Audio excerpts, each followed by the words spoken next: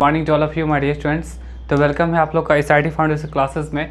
मैं आज आप लोग को पार्ट 24 पढ़ाने जा रहा हूँ फिजिक्स में इलेक्ट्रिसिटी का, जहाँ पे आप लोग का आज लास्ट टॉपिक है इलेक्ट्रिक एनर्जी। ठीक है, आप लोग का लास्ट टॉपिक यहाँ पे इसमें क्या इलेक्ट्रिक एनर्जी है। इसके बाद जो कुछ पॉइंट्स बचेगा मतलब जैसे आपके पास क्या है, जैसे सीरीज कॉम्बिनेशन का मतलब सीरीज कॉम्बिनेशन और पैरेलल कॉम्बिनेशन का एडवांटेज डिसएडवांटेज, ठीक है, ये सब बचेगा। तो हम क्या करेंगे, एक पीडीएफ में आप लोग को सेंड कर देंगे, तो आप लोग उससे क्या करेगा, नोट कर लीजिएगा। और नोट करने के बाद क्या करेगा, जो भी आप लोग का जो प्रॉपर नोट्स है उसमें आप लोग उसको टैग कर सकते हैं। ठीक है, तो चलिए हम लोग के पास लास्ट टॉपिक है इलेक्ट्रिक एनर्जी। इलेक्ट्रिक एनर्जी के बारे में डिस्कस करते हैं। देखिए एनर्जी आप लोग पढ़े होंगे, ठीक है, आप लोग एनर्जी पढ़े होंगे, क्लास 9 से ही पढ़ रहे हैं एनर्जी। बट अब आप लोग को पढ़ना क्या है, इलेक्ट्रिक एनर्जी पढ़ना है। ठीक है, तो इलेक्ट्रिक एनर्जी पढ़ना है तो ऑब्वियसली इलेक्ट्रिक अप्लायंसेस का ही यूज होगा। चलिए अब देखिए यहाँ पे क्या, it is the energy consumed by electrical appliance. देखिए it is the energy consumed by electrical appliance, मतलब ये एक ऐसा एनर्जी है जो इलेक्ट्रिकल अप्लायंस कंज्यूम करता है। Is given by the product of its power. ये कैसे दिया जाएगा electric energy, product of its power. ठीक है, पावर जो होगा, जो भी आपका पावर रेटिंग होगा वो, और साथ में एंड द टाइम, टाइम भी, पावर एंड टाइम का क्या होगा, मेनली क्या है कि प्रोडक्ट है। ठीक है, मेनली क्या है कि टाइम एंड पावर का क्या प्रोडक्ट है। तो देखिए यहाँ पे इसको फिर से देखिए, it is the energy consumed by electrical appliance. It is the energy, ये एक एनर्जी है जो कंज्यूम होता है किसके द्वारा, इलेक्ट्रिकल अप्लायंस से। Is given by the product of its power, जो दिया जाता है क्या चीज़, प्रोडक्ट। प्रोडक्ट का मतलब आप लोग समझते होंगे मल्टीप्लिकेशन। ठीक है, प्रोडक्ट का मतलब क्या होता है, मल्टीप्लिकेशन। केमिस्ट्री में वही अगर आप यूज करेंगे, देखिए इसका मतलब क्या हो जाएगा, मल्टीप्लिकेशन। ठीक है, बात यहाँ तक। प्रोडक्ट का मतलब क्या हो जाएगा आपका, मल्टीप्लिकेशन हो जाएगा। अगर यही प्रोडक्ट अगर आप केमिस्ट्री में बात करेंगे तो प्रोडक्ट आपका क्या होगा, एक अलग चीज़ होता है। ठीक है, प्रोडक्ट केमिस्ट्री में कुछ अलग हो जाएगा।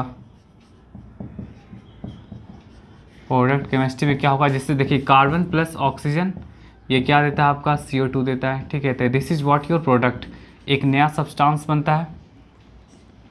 ये आपके पास क्या है, यही आपके पास प्रोडक्ट है। And these are what, reactants. ये सब तो आप लोग खैर अच्छे से जानते होंगे, रिएक्टेंट। ठीक है, तो यहाँ जो आपके पास प्रोडक्ट होगा, तो प्रोडक्ट आप यूज करेंगे मैथ्स में एंड आपका मतलब फिजिक्स में वो मल्टीप्लिकेशन आएगा। तो इलेक्ट्रिक एनर्जी जस्ट एक एनर्जी है जो आपका इलेक्ट्रिकल अप्लायंस यूज करता है। ठीक है, और वो कैसे दिया जाएगा, प्रोडक्ट ऑफ इट्स पावर, जो भी पावर होगा, पावर रेटिंग। ठीक है, और साथ में कितने टाइम के लिए यूज हो रहा है। ठीक है, कितने टाइम के लिए यूज हो रहा है, तो उन दोनों का मेनली क्या है, प्रोडक्ट है, जो आपका इलेक्ट्रिक एनर्जी कहलाएगा। ठीक है, अब देखिए इलेक्ट्रिक एनर्जी आपका E से डिनोट होता है, that's why it is written as मतलब it is denoted by E for electric energy. And now E equal to क्या हो जाएगा आपका, P into T, P for power और T फॉर टाइम। तो देखिए तो इलेक्ट्रिक एनर्जी क्या आपका पावर और टाइम का जस्ट मल्टीप्लिकेशन है। तो इसीलिए कहा जाता है कि आपका इलेक्ट्रिक एनर्जी जो होगा वो क्या होगा, डायरेक्टली पावर के प्रोपोर्शनल है। ठीक है, और इलेक्ट्रिक एनर्जी डायरेक्टली टाइम के प्रोपोर्शनल है।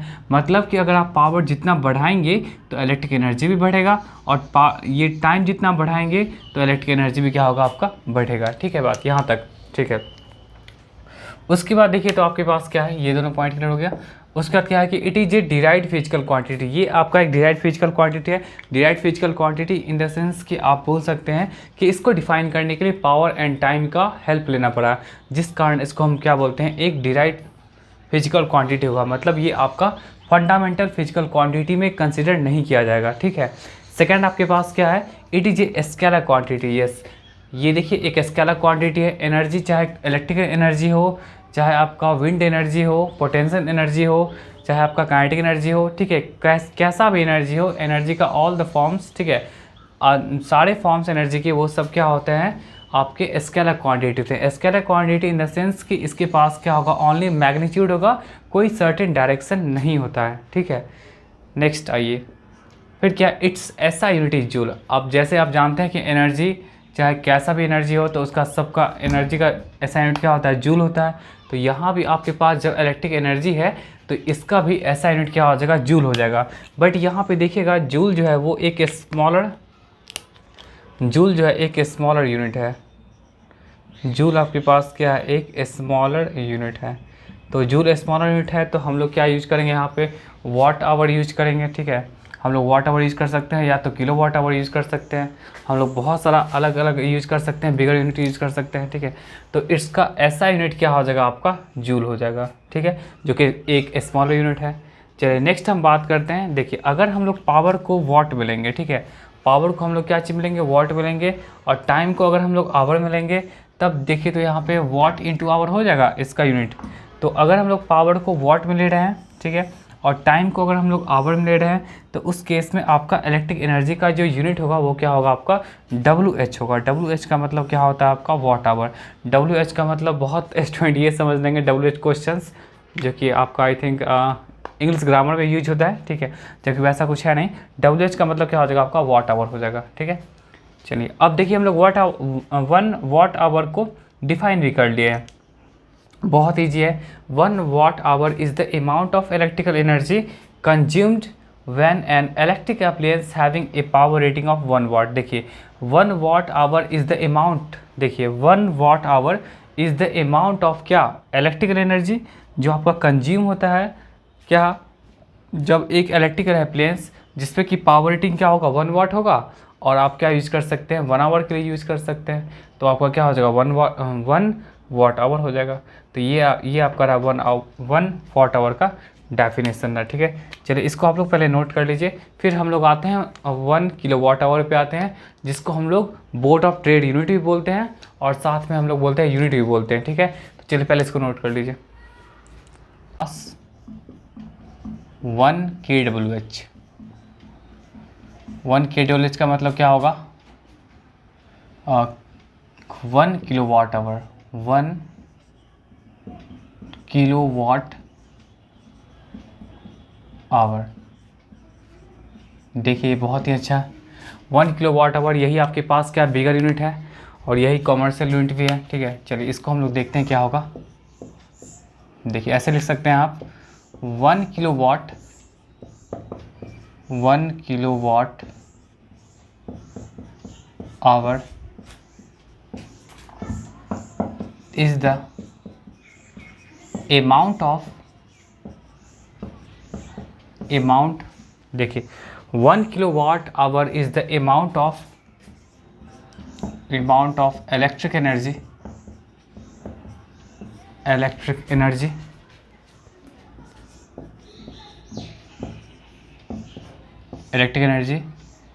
which is used by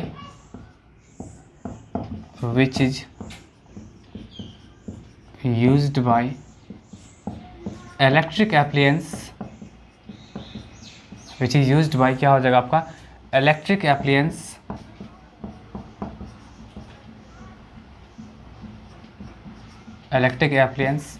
having क्या होगा, पावर रेटिंग क्या होगा, 1 किलो वाट होगा, having power rating 1 kW। 1 kW का मतलब क्या हो जाएगा, 1 kilowatt, and used for 1 hour. देखिए 1 kilowatt hour is the amount of electric energy which is used by electric appliance having power rating 1 kilowatt and used for 1 hour. मतलब कहने का मतलब क्या हुआ कि आपका 1 किलो वाट आवर एक amount of energy, electrical energy है, जिसका यूज इलेक्ट्रिकल एप्लायंस करता है, ठीक है। कब, जब किसी इलेक्ट्रिक एप्लायंस पे अगर 1 किलो वाट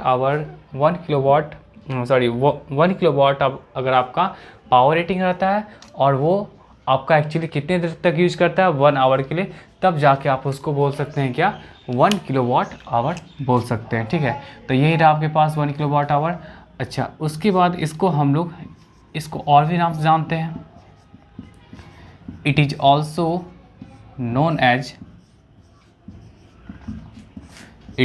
नोन एज आप लोग पढ़े होंगे board of trade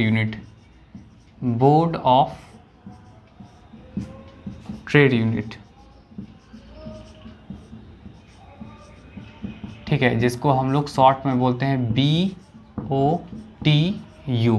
board of trade unit, and इसको हम लोग सिंपली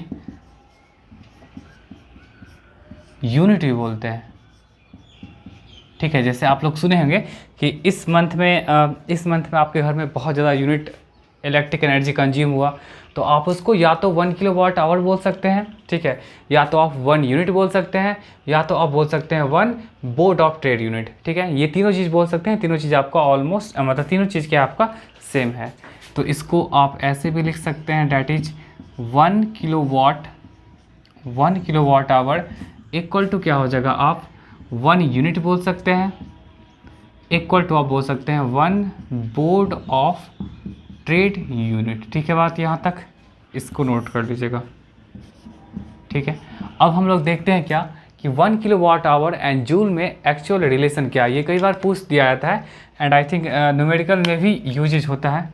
तो देखिए, जैसे मेरे पास क्या है, relation between 1 kWh and joule. देखिए क्या इंपॉर्टेंट रिलेशन, ये इंपॉर्टेंट है, इसका कई बार न्यूमेरिकल में भी यूज करते हैं हम लोग, तो इसको ध्यान से पढ़िएगा, ठीक है। Relation between 1 kilowatt our and joule. 1 kilowatt our क्या आपका बिगर यूनिट है और आपका जूल क्या है, स्मॉलर यूनिट है, ठीक है।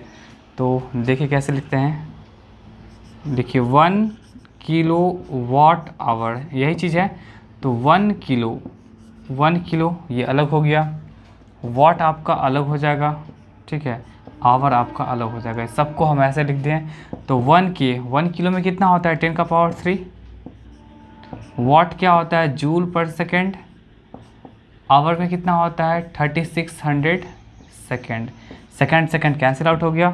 फिर देखिए आप यहाँ पे 10 टू द पावर 3, ठीक है, और यहाँ 3600 को आई थिंक ऐसे लिख सकते हैं 36 इंटू 10 का पावर 2, ये जूल बच गया यहाँ पे। तो ये 10 का पावर 3, 10 का पावर 2, दोनों का बेसिस सेम है बट मल्टीप्लिकेशन के फॉर्म में है, तो आपका पावर क्या होगा, सिंपली ऐड हो जाएगा। और ये 36 है, तो 36 इंटू क्या होगा, 10 टू द पावर 5। तो कई बार क्या होता है कि यही यूज कर लिया जाता है, बट बहुत सारा बुक क्या करता है यहाँ पे कि 3.6 यूज करता है, तो उसके लिए भी कोई इशू नहीं है। हम भी लोग क्या करेंगे यहाँ पे, देखिए हम भी लोग क्या करेंगे यहाँ पे, 1 kWh है ही, और यहाँ पे 36 इंटू 10 का पावर 5 है, तो हम लोग यहाँ पे क्या करेंगे, 3.6 अगर यूज करेंगे तो यहाँ पे हमको 10 का एक और पावर बढ़ाना पड़ जाएगा। तो ये भी रिलेशन आप यूज कर सकते हैं कि 1 किलोवाट आवर में इतने अमाउंट ऑफ जूल एनर्जी हम लोग वेस्ट करते हैं। देखिए 1 किलोवाट आवर बोलिए, ठीक है, या तो आप बोल सकते हैं 1 यूनिट, या तो आप बोल सकते हैं 1 यूनिट, या तो आप बोल सकते हैं 1 board of trade unit. I think ये आपको नहीं दिख रहा होगा, जस्ट ए मिनट मैं देख लेता हूँ। यस दिख रहा है, 1 मिनट, हाँ दिख तो रहा है, चलिए कोई नहीं, इतना तो देख सकते हैं, 1 बोर्ड ऑफ ट्रेड यूनिट, ठीक है, कुछ सही से लिख देते हैं,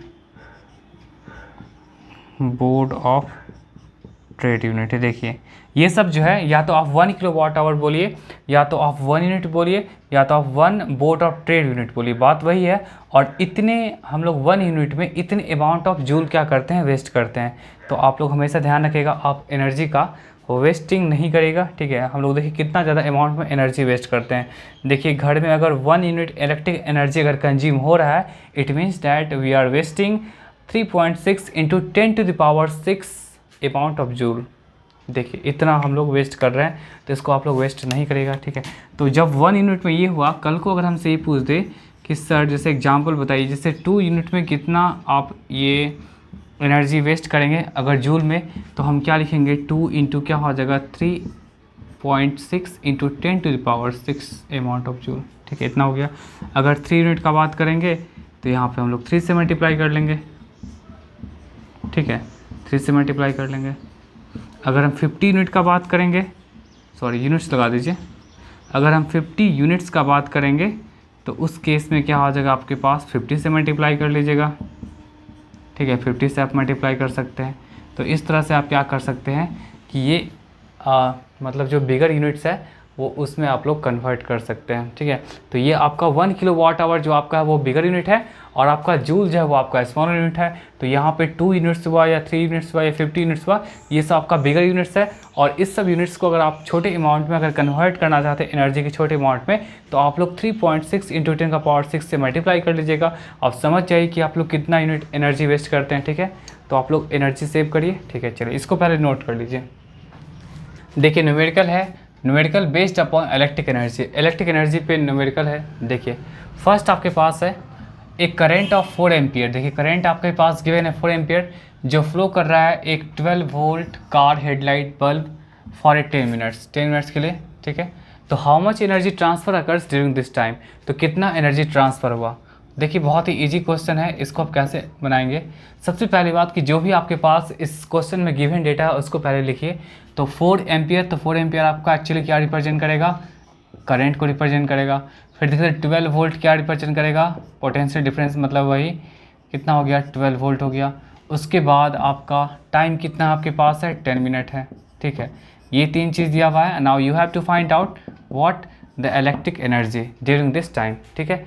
चलिए अब यहाँ पे इलेक्ट्रिक एनर्जी के लिए हमको क्या चाहिए, पावर चाहिए एंड टाइम चाहिए। तो टाइम तो आपका ऑलरेडी है, बट क्या है, पावर नहीं है। तो सबसे पहले हम लोग क्या करेंगे, पावर कैलकुलेट करेंगे। और पावर आपका क्या होता है, ठीक है, पावर आपका क्या होता है VI, वोडाफोन और आइडिया दोनों को मर्ज किए थे, याद होगा। तो I मेरे पास कितना है, देखिए तो वोल्टेज यहाँ पे कितना है 12 है, और ये I कितना है 4 है। तो मतलब यहाँ पे हम लोग के पास पावर आ गया। पावर देखिए जो भी अभी आया हम लोग के पास अभी वॉट में आया, ठीक है। बट अभी हम बताएं कि आपको इलेक्ट्रिक एनर्जी जो भी होगा वो किलोवाट आवर में होगा, ठीक है, एक बिगर यूनिट में होगा। तो इसको हम लोग किलोवाट में कन्वर्ट कर सकते हैं। तो किलोवाट में कैसे कन्वर्ट करेंगे, इसको हम लोग 1000 से जैसे ही डिवाइड देंगे तो ये आपका क्या हो जाएगा KW, मतलब किलोवाट आवर, किलोवाट हो जाएगा।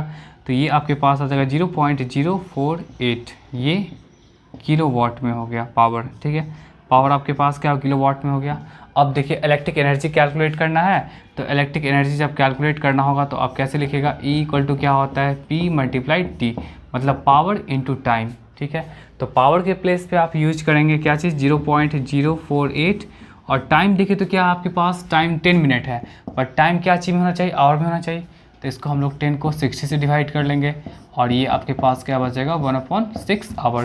तो यहाँ पे आप मल्टीप्लाई करेंगे तो इस तरह से आप कैंसिल आउट करेंगे तो क्या हो जाएगा 0.008, आई थिंक यस 0.008 हो जाएगा। और ये जो भी होगा क्या होगा आपके पास KWH, या इसको आप लोग ऐसे ही बोल सकते हैं 0.008 यूनिट, या इसको आप बोल सकते हैं क्या 0.008 बोर्ड ऑफ ट्रेड यूनिट, ठीक है। तीनों चलेगा, बट मोस्टली यही यूज होता है और ये भी यूज होता है। ये तो नॉर्मली यूज नहीं होता है, रेयरली यूज होता है। तो आप जनरली इसका यूज कर सकते हैं, इसका यूज कर सकते हैं, ठीक है। तो इस तरह से आप इलेक्ट्रिक एनर्जी क्या कर सकते हैं, कैलकुलेट कर सकते हैं, ठीक है। चलिए हम लोग सेकेंड क्वेश्चन पे आते हैं। सेकेंड क्वेश्चन जो आपके पास है अच्छा क्वेश्चन है, और सेकेंड क्वेश्चन में क्या बोल रहा है कि एक बल्ब पे रेटिंग जो किया हुआ है 200 वोल्ट एंड 100 वाट का है। तो 200 वोल्ट एंड 100 वाट का मतलब क्या हो जाएगा आपका कि बल्ब का जो पावर होगा वो क्या होगा 100 वाट होगा, और वोल्टेज कितना होगा आपका 200 वोल्ट होगा। व्हाट इज इट्स रेसिस्टेंस, तो यहाँ से आपको रेसिस्टेंस कैलकुलेट करना है, ठीक है। पहला क्वेश्चन तो हो गया रेसिस्टेंस कैलकुलेट करना है। और फिर उसके बाद फिर क्या बोल रहा है 5 सच बल्ब्स बर्न फॉर 4 आवर्स, 5 ऐसे बल्ब जो है वो बर्न कर रहे हैं कितने 4 आवर्स के लिए। तो 5 ऐसे बल्ब बर्न कर रहे हैं कितने आवर्स के लिए 4 आवर्स के लिए, ठीक है। What is the electric energy, तब जाके आपको इलेक्ट्रिक एनर्जी कैलकुलेट करना है कितना कंज्यूम हुआ। और लास्टली आपको find the cost of if the rate is 4.60 per unit, मतलब 1 यूनिट का कॉस्ट क्या है 4.60 यूनिट पर यूनिट का, मतलब वही यूनिट बोलिए, या तो किलोवाट आवर बोल सकते हैं, या तो आप BOTU बोल सकते हैं, मतलब बोर्ड ऑफ ट्रेड यूनिट, ठीक है। तो सबसे पहले हम लोग पहले जो गिवन डेटा है उसको लिखेंगे। वोल्टेज आपके पास क्या है 200 वोल्ट है, ठीक है। उसके बाद पावर कितना आपके पास है 100 वाट है। चलिए रेजिस्टेंस कैलकुलेट करना है, इलेक्ट्रिक एनर्जी कैलकुलेट करना है, और लास्ट में कॉस्ट कैलकुलेट करना है। देखिए यही आपके पास एक डेटा है। अब यहाँ से पहला क्वेश्चन देखिए, पहला क्वेश्चन क्या आपको रेसिस्टेंस, तो रेसिस्टेंस के लिए क्या करेंगे हम लोग जानते हैं पावर इक्वल टू क्या होता है, वी स्क्वायर बाई आर होता है, यही जानते हैं। तो आप आर इक्वल टू निकाल सकते हैं, वी स्क्वायर अपॉन क्या हो जाएगा, पी हो जाएगा। तो यहाँ से कैलकुलेट करेंगे, तो कैलकुलेट करने के बाद क्या हो जाएगा आपके पास, 200 इंटू 200 बाई क्या हो जाएगा, पावर का मतलब यहाँ पे 100 हो जाएगा, ये कैंसिल आउट हो गया। तो इसके बाद यहाँ से क्या हो जाएगा आपके पास 400। तो रेसिस्टेंस तो यहाँ से आप लोग निकाल लिए, कितना हो जाएगा 400 ओम हो जाएगा। चलिए सेकेंड क्वेश्चन में आपका क्या बोल रहा है, सेकेंड क्वेश्चन में आपका इलेक्ट्रिक एनर्जी बोल रहा है। तो इलेक्ट्रिक एनर्जी बेसिकली क्या होता है आपका, पावर इंटू क्या होता है, टाइम होता है।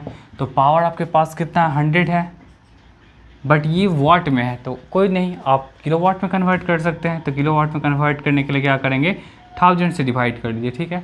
और टाइम आपके पास, time I think yes 4 hours, एक और दिया हुआ है, टाइम कितना आपके पास है 4 आवर्स। चलिए टाइम के लिए तो कोई इशू नहीं है, टाइम आपका दिया हुआ है।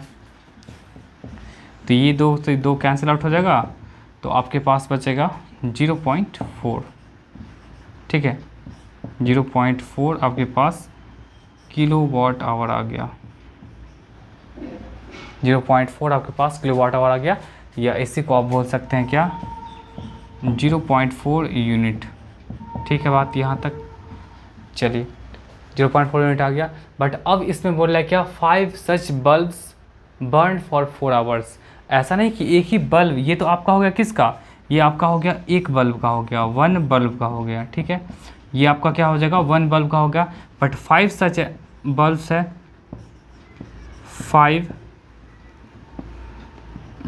5 सच बल्ब्स बर्न।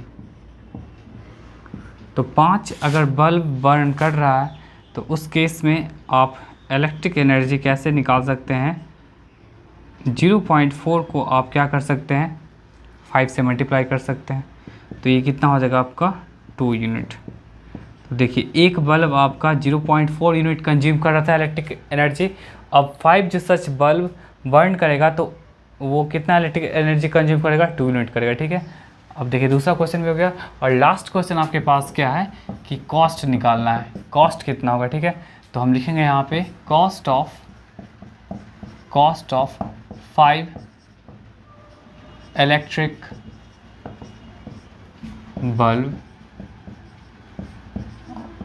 बल्ब्स कर दीजिए, विच बर्न्स फॉर 4 आवर्स।